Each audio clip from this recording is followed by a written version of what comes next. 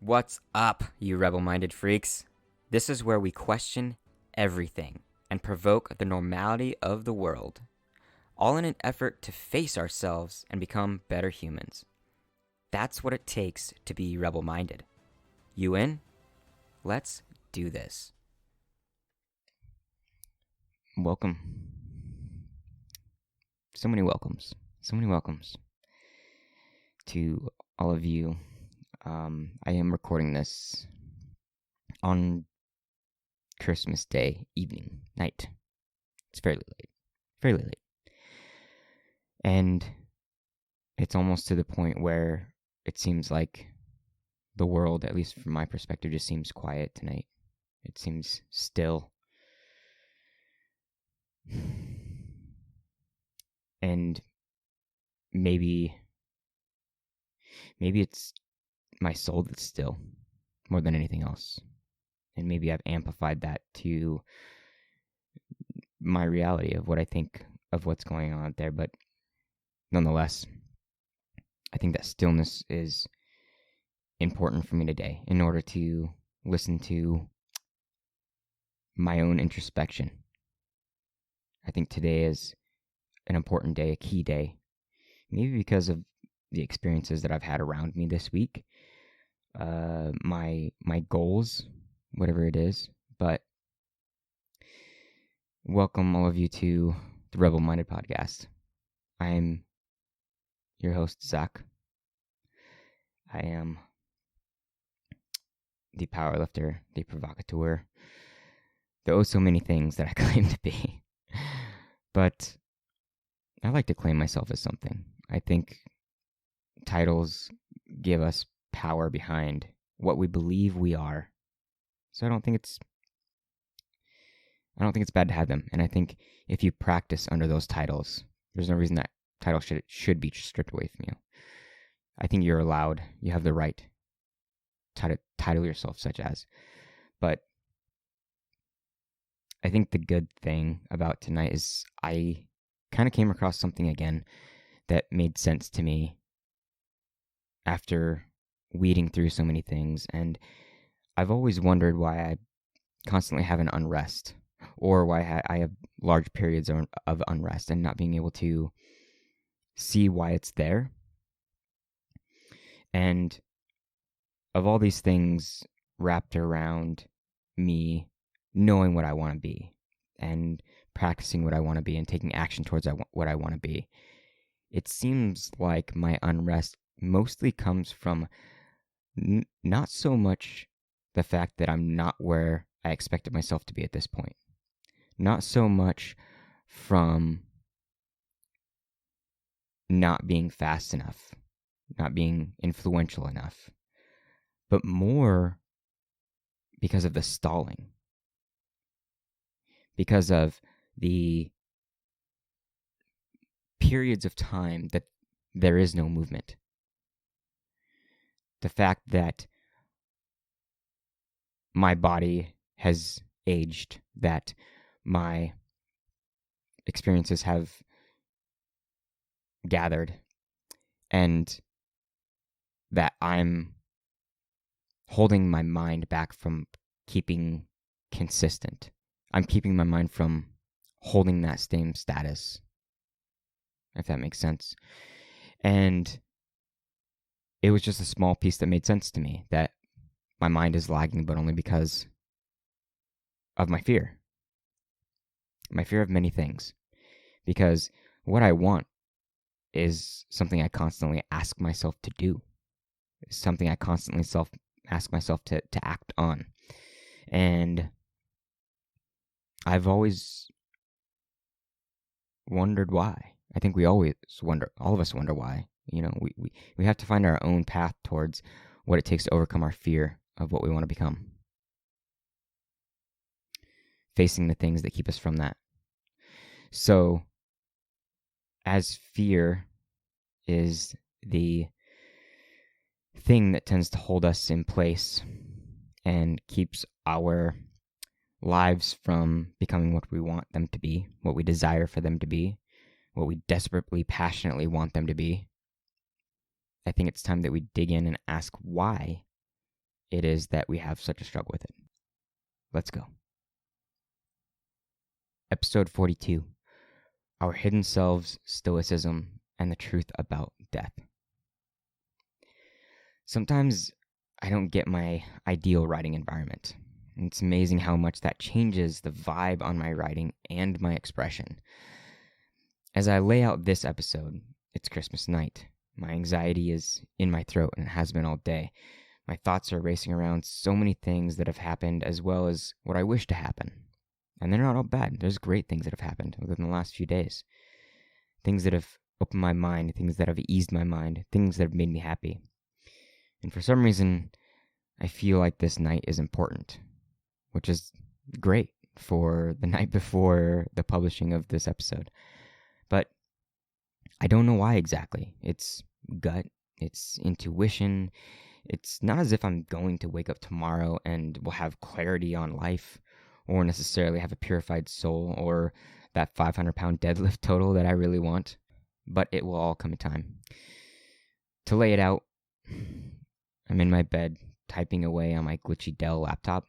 My half-asleep, always content 11-year-old canine buddy to my left. My desk lamp keeping a dim outline of my podcast mic, my warm wooded ukulele, and the ever-present Chaos Creed banner with that conscious reminder of the oath. I've tried my best to keep my work separate from my home, and that's on purpose, so that I can clearly and cleanly step into each world without having to consciously separate the attitude it takes for either one of these. But on a holiday night, my options are a little limited. The coffee shops are shut down, as they should be. So I get to, right now, in this moment, decide that I can still create, even without my quote-unquote perfect environment. And here we are. We all live in a world all our own.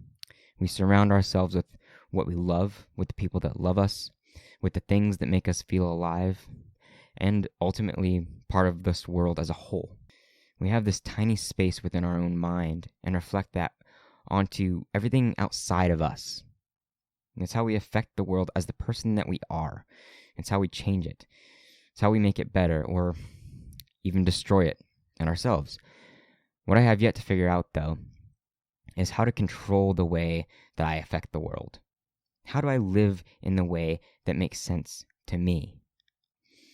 I know how I want my heart to feel. I've done the work to dig down deep enough and find that thing. I know the way that I want to be seen.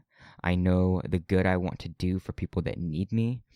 I know the knowledge I want to build. I know what I want my life to truly look like. So why? Why is it not that way? Why is it so hard to make these things come to life? What keeps me from everything that I've created in my mind?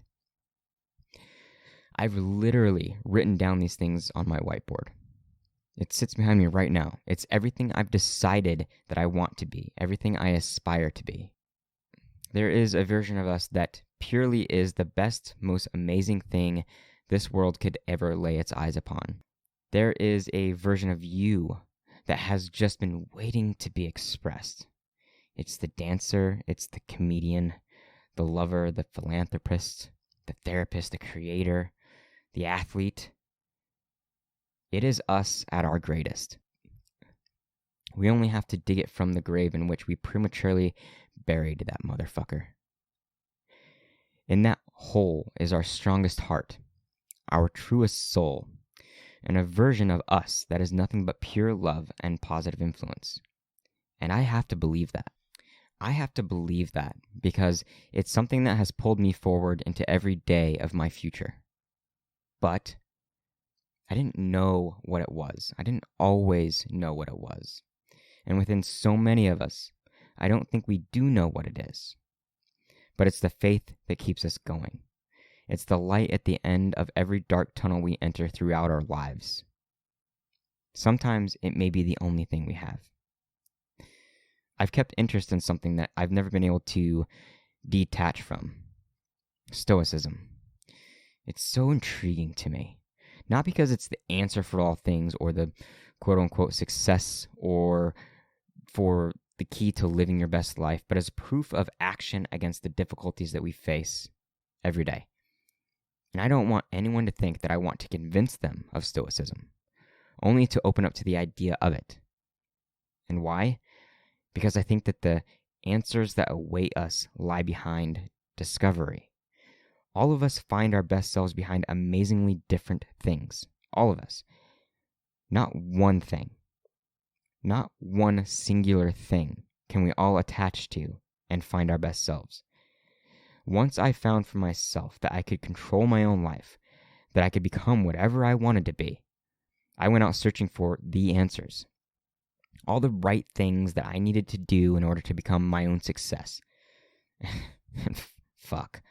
It was like chasing a snipe in the dark, in a forest full of ear-deafening voices and distractions. But there is no one answer. There are infinite ones, and only one true unique way for all of us. We are so closely related, yet so farly unique. The needle definitely exists. The question is, are you resilient enough to keep searching the haystack for it? So let's dive into this Stoic idea, shall we? Most people without the knowledge seem to think that Stoicism in itself is emotionless, that it's about being logical, that you have to not feel, which I get. The surface level, it does very much seem that way. It sounds super bland and gray and inhuman, so of course we would repel against it. We can all agree that emotion is human, right? That its point is to prove that we are living human experience, that we are able to love and able to break, that we are able to find joy and be present as well as feel loss and learn our lessons. But Stoicism isn't as straight-faced as you may think. It's actually not emotionless. It's acceptance. It's the response to life rather than the reaction. It's wisdom before impulse. It's guidance towards action that will change our trajectory for the better. It is what will give us a lively life rather than just a lived life. Seneca in the book How to Die said in one of his letters, "Just as with storytelling, so with life. It's important how well it's done, not how long." Seneca also said in that same chapter, "You poor man, you are a slave to people, to things, to life. For a life lived without the courage to die is slavery." I came across my own discovery of self a long time ago. In my late 20s, I found that my biggest fear was death. Not imminent death, but the distant death that holds your truth. The one that will tell you everything that has been.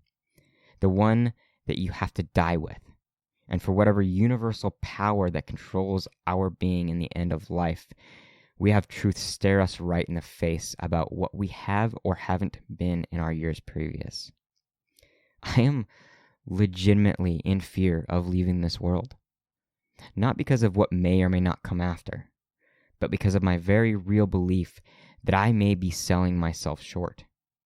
I may be living in a way that isn't true to me, that I will not have set myself free from the constraint of social construct and fear of being exiled by the very people I fucking love. And the theory of Stoicism has continued to challenge me in what is far more important than my fear of exile. To live a life without actually living it. Not noticed by my financial success or my status, but by the level of expression I've given to the world. Have I loved harder than most? Have I given enough of myself to others that needed it? Have I become my truthfully honest best? Or did I stand by and remain stale because of my fear of what others may do to me if they knew my truths? If they knew my desires? If they knew what I actually wanted to act on and what I wanted to be? Have I let people's expectations of me guide me in the wrong direction for the sake of being embraced? Have I ignored my own soul's requests?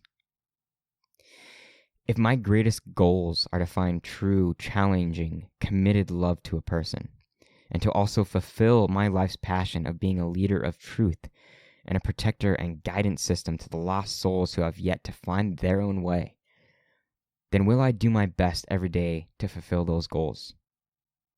And I have to believe that I will. Seneca in his second chapter says, "The mind will never strive for virtue if it thinks death is an evil thing. It will, though, if it considers death an indifferent." Before this, he writes, "Death is among those things that are not bad, but nevertheless have an outward appearance of badness. For the love of one's own self and the desire to maintain and preserve oneself are deeply rooted, along with an aversion to annihilation." So, basically, what I think it is that he is describing is our fear of death. And in our fear of death, our inability to truly live, which I think has become a conditioning of, for thousands of years now, being the unchallenged predator of the earth today. Even though our biology still gives us the ability to fear life by fighting for it or for fleeing for it, or maybe even more relevant to modern day, fear of being exiled from our tribe, has caused us to attach this fear to things that don't necessarily cause death, or even anything close to it. We are fearing our lives, and we are living life without being our greatest because of it. Insert lessons of Stoicism here. In the basics, I think we all see that action is the way to live. It's in our best interest to fight fear, to push through our impulsive reaction to hold back in order to feel the success of actually taking that action. Now, I do love me some philosophy and Stoicism. But that doesn't mean I've been the best example of it. After all, we are all human, right? But as humans, that means we face the same fear. Not the same experiences or the challenges, but the same fear. To be our best, we all have to face it. And to summarize one of the most recognizable Stoics in history, I think he meant to make the fact known that death is not to be feared, but to be acknowledged. That to fear life is destructive of life itself because of that fear.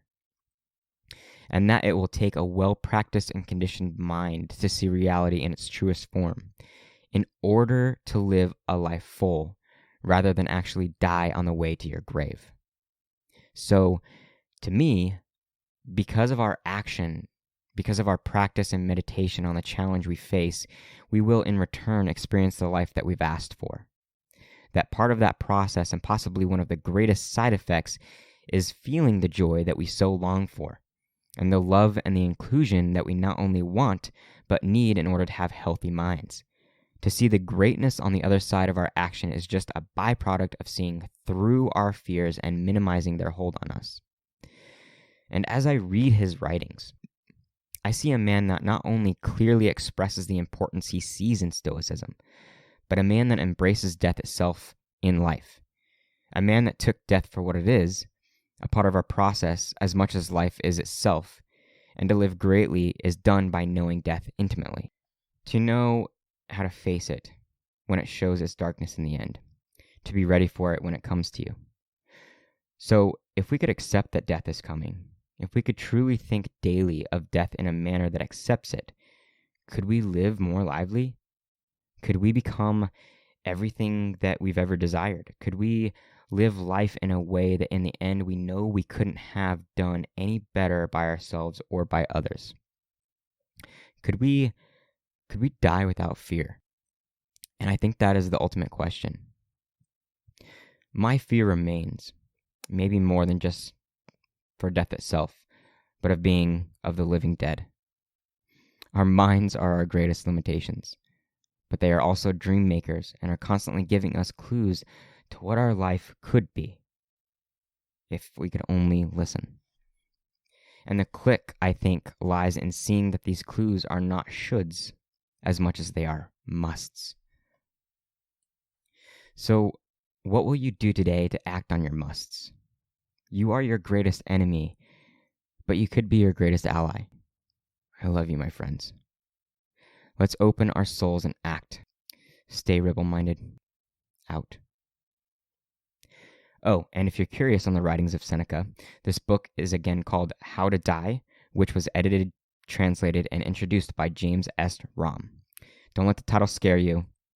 The letters and speeches in the book are phenomenal and so thought-provoking and intriguing. Remember, question everything. Love you. Alright guys, if you're here, then you have some sort of connection or curiosity of what goes on. So from the bottom of my little hamster heart, thank you. Even through a mic, that's what we call connection. And my life always gets better and more clear with all the souls that I get to connect with. If you like what you're hearing, or you want to share your story with me and the podcast, which I would absolutely love, write in. Send me an email or send me a text. You can contact me through IG as Creed Soldier or email me at zachary@chaoscreed.com. That's ZACKARY at KHAOSKREED.com. And of course, if you're up to the challenge and curious about really speeding up your self-development and your potential and getting committed to bettering yourself, send me a notification with Getting Rebel-Minded in the title. Even if all you need is that confidential space to talk, I'm here to give that to you. Share, like, and follow the podcast if it means something to you. Then you'll know when every new episode and interview has been published. I've always got more good things coming.